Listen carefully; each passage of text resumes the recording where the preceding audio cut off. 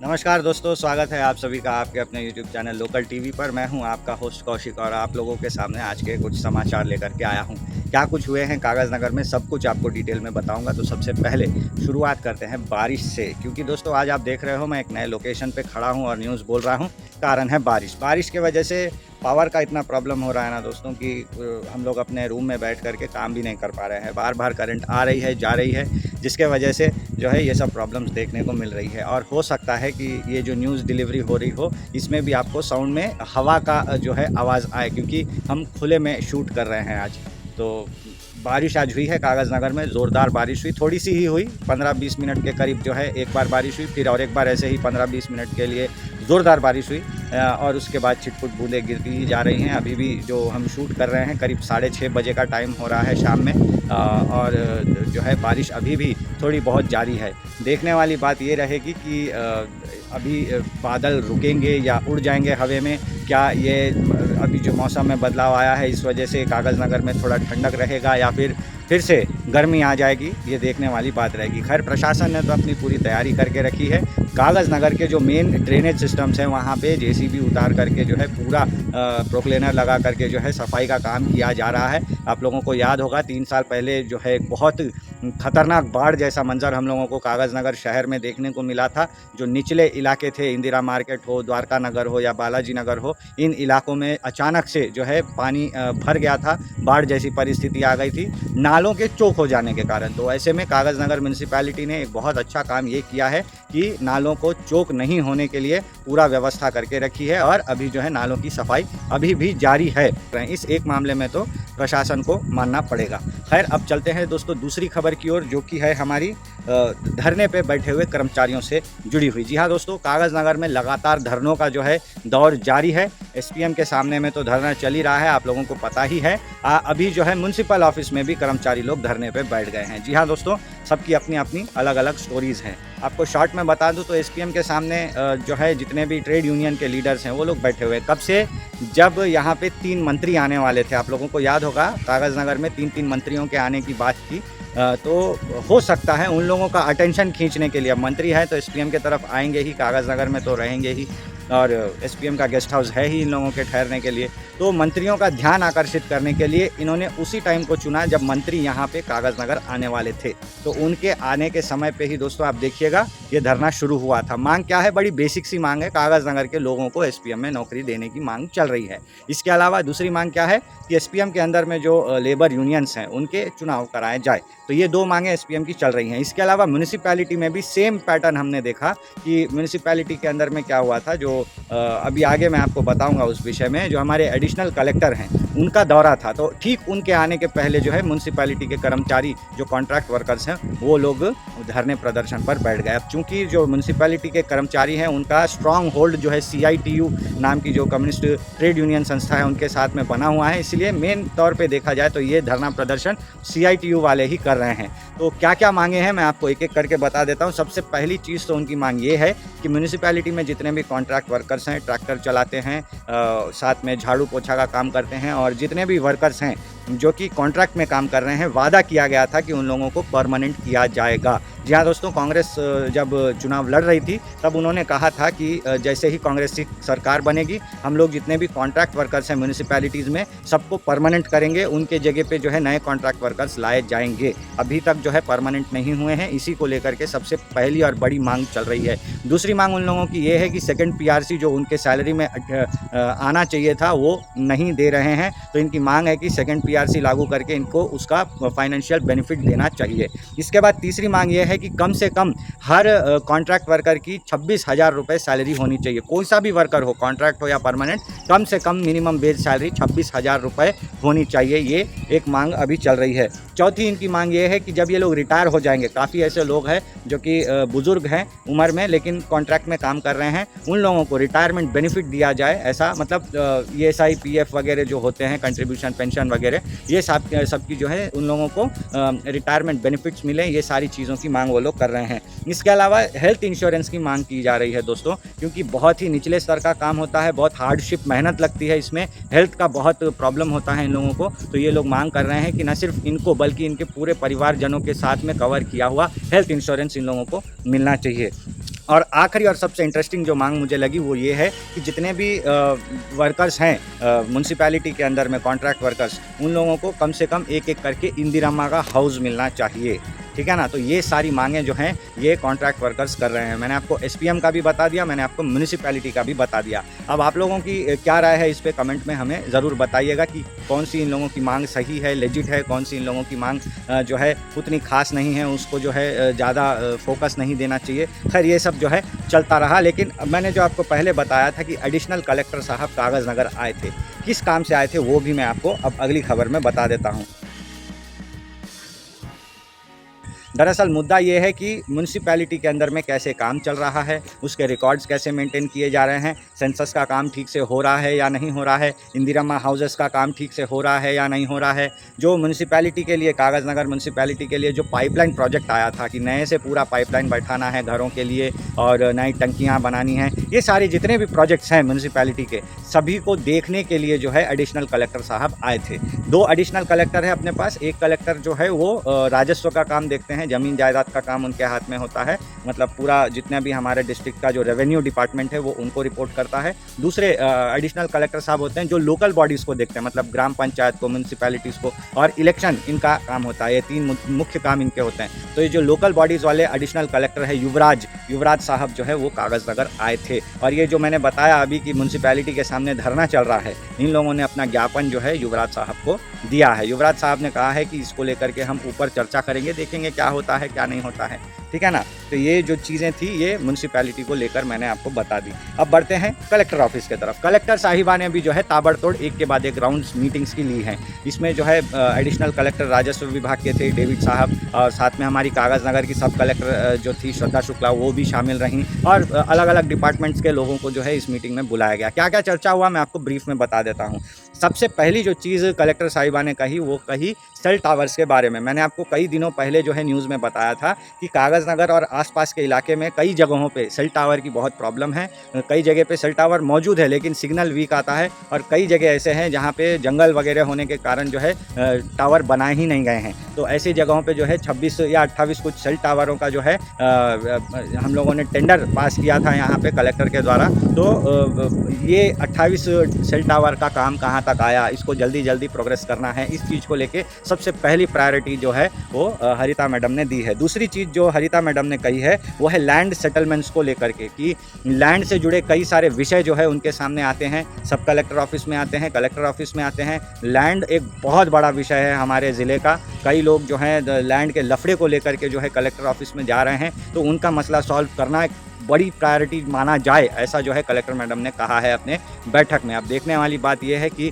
कितना जो है इस विषय को सीरियस लिया जा रहा है। क्या आप भी कभी लैंड विषय में जो है कलेक्टर ऑफिस गए हैं? अगर गए हैं तो कमेंट करके ज़रूर बताइएगा कि आप कौन से गांव से हैं, और साइड में एक डैश डाल के लिख दीजिएगा कि लैंड प्रॉब्लम, ठीक है ना। तो ये एक बड़ा मुद्दा जो है कलेक्टर हरिता जी ने किया है। तीसरी चीज़ SIR को लेकर के जो है उन्होंने तैयारी करने पे जोर दिया है। अभी 25 तारीख से SIR का सेकंड राउंड चालू होने वाला है। मैंने पहले ही बताया था आपको कि पहले मैपिंग की जाएगी, दूसरे राउंड में जो है इंडिविजुअल SIR किया जाएगा। तो मैपिंग हो चुकी है, ऑलमोस्ट सभी की हो चुकी है। अगर आप लोगों की नहीं हुई है तो आप अपने ब्लॉक लेवल जो बूथ लेवल ऑफिसर हैं उनको कॉन्टैक्ट कीजिए, और उसके बाद में आप उनसे बात करके जो है अपना मैपिंग करा लीजिए। बूथ लेवल ऑफिसर ज़्यादातर आंगनवाड़ी के लोग ही हैं, मतलब आप अपने इलाके में जाओ, आंगनवाड़ी का जो सेंटर है वहाँ पे बातचीत करो, आपको इजीली पता चल जाएगा कि आपका नाम कौन से वाले बूथ लेवल ऑफिसर के पास में है। उनसे आप काम करवा लो, अपना मैपिंग करवा लो अगर मैपिंग नहीं हुआ होगा तो।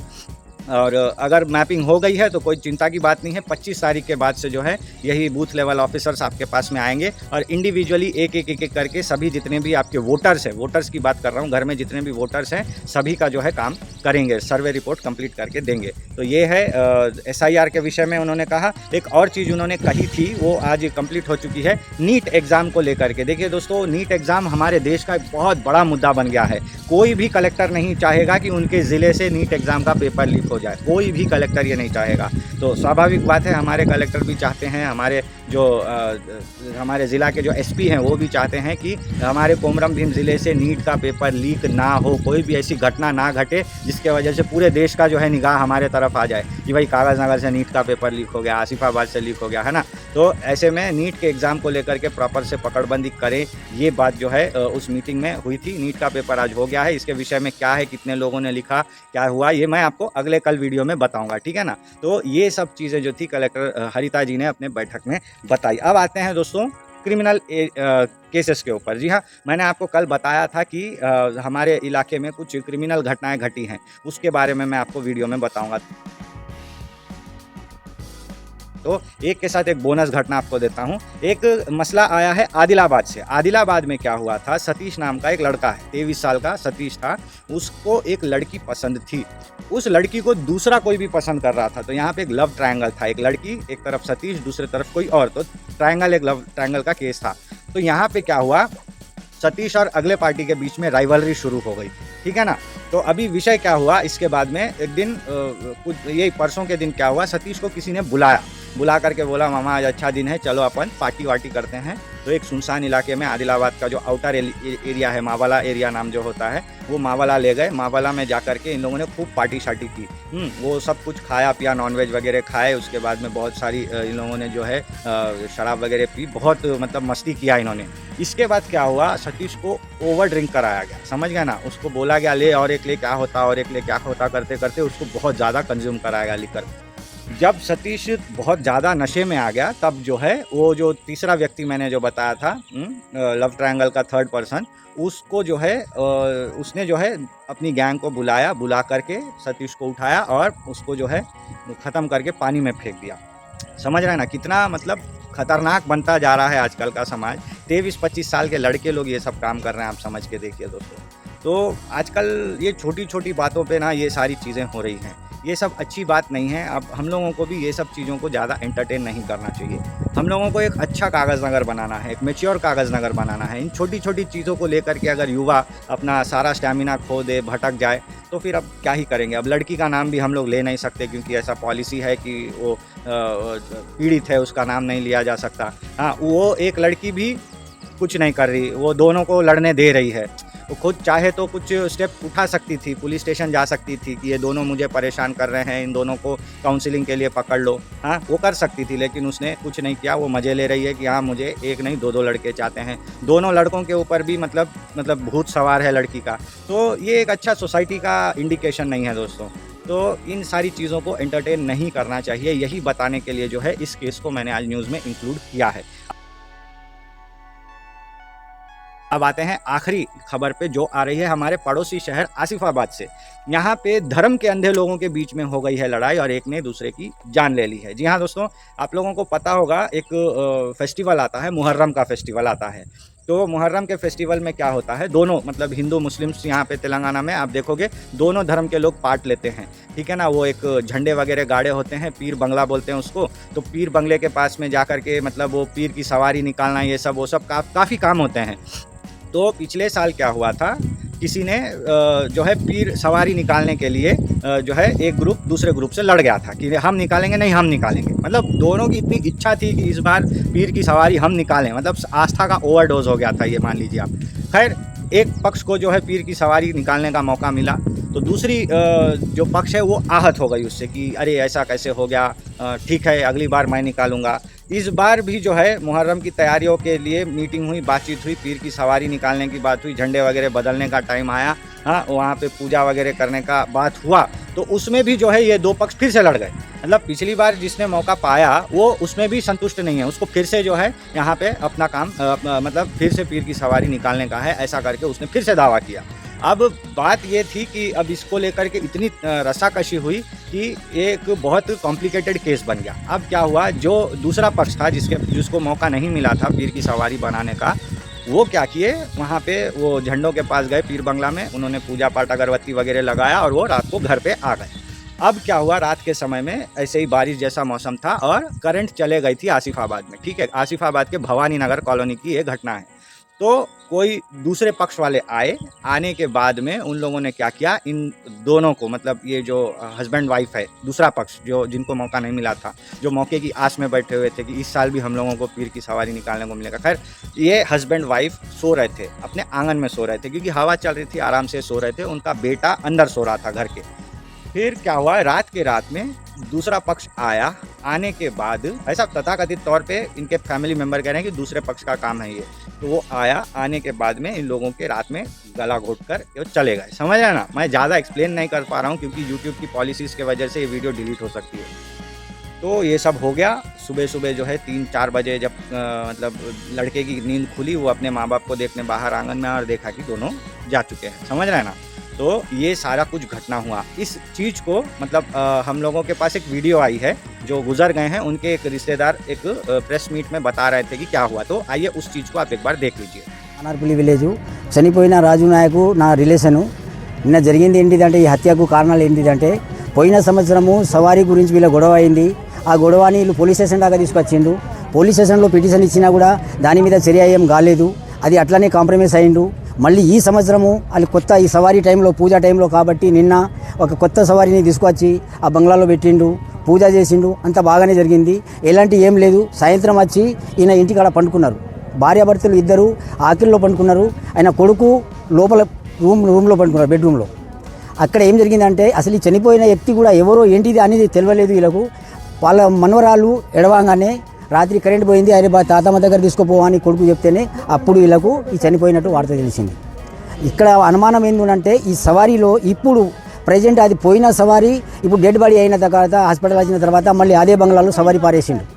అంటే ఇప్పుడు అనుమానపాదంగా ఏముందనంటే, సవారీ కారణంగానే హత్య జరిగింది, వాళ్ళే చేసిండ్రు అనే అనుమానంతో వాళ్ళ పేరు మేము పిటిషన్లో కూడా రాయడం జరిగింది. ఇది నిజము. దీని మీద గవర్నమెంట్ ఏదైనా స్పందన చేస్తారా, అసలు డిపార్ట్మెంట్ ఏం చేస్తారా?